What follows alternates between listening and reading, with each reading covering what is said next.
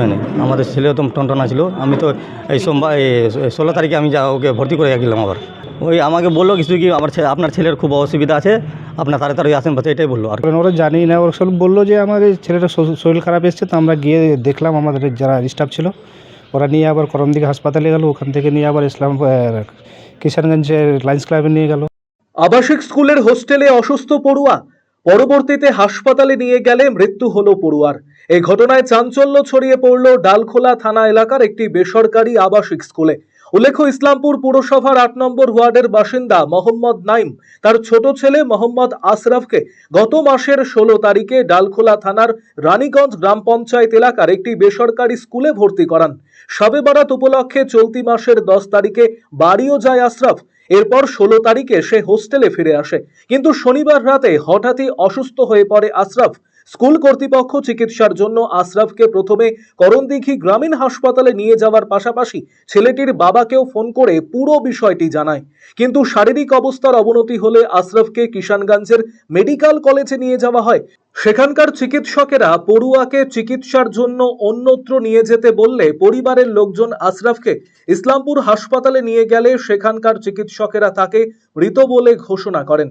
এই ব্যাপারে স্কুল কর্তৃপক্ষকেই কাঠগড়ায় তুলেছে অভিভাবক। রবিবার মৃতের বাবা স্কুল কর্তৃপক্ষের বিরুদ্ধে ডালখোলা থানায় লিখিত অভিযোগ জানিয়েছে। বললো কি স্যার, আপনার ছেলেটার পায়ে হাতগুলো টানতেছে, খুব সিরিয়াস আছে, আর আমরা ওখানে মেডিকেলে হাসপাতালে নিয়ে যাচ্ছি, আপনারা আসেন। আর 4টার দিকে আপনার ছেলেটার একটু পায়ে চোট লাগছিল চৌকির মধ্যে, তা আমি মলম দিয়েছিলাম। তারপরে 1 ঘন্টা পরে ছেলেটাকে বুঝলাম, তো বলে ভালো আছে। তারপরে 9:37 আমাকে তখন ফোন করে নেয়। আর 9:37 একবার ফোন করেছে আমাকে, তো বলেছে এরকম হচ্ছে, আপনার ছেলেটার হাত পা টানে নিচ্ছে আর আঁখ মুখ চোখ উল্টাই দিচ্ছে, তাহলে আপনারা আসেন। তা আমরা ওই দিক দিয়ে ইসলামপুর থেকে বের হলাম।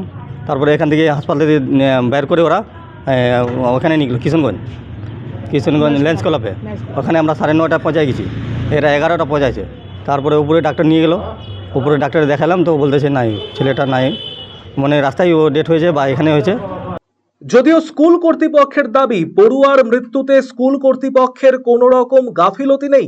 মৃত পড়ুয়ার শারীরিক সমস্যার কথা গোপন রেখেই স্কুলে ভর্তি করিয়েছেন অভিভাবক, এমনটাই দাবি কর্তৃপক্ষের।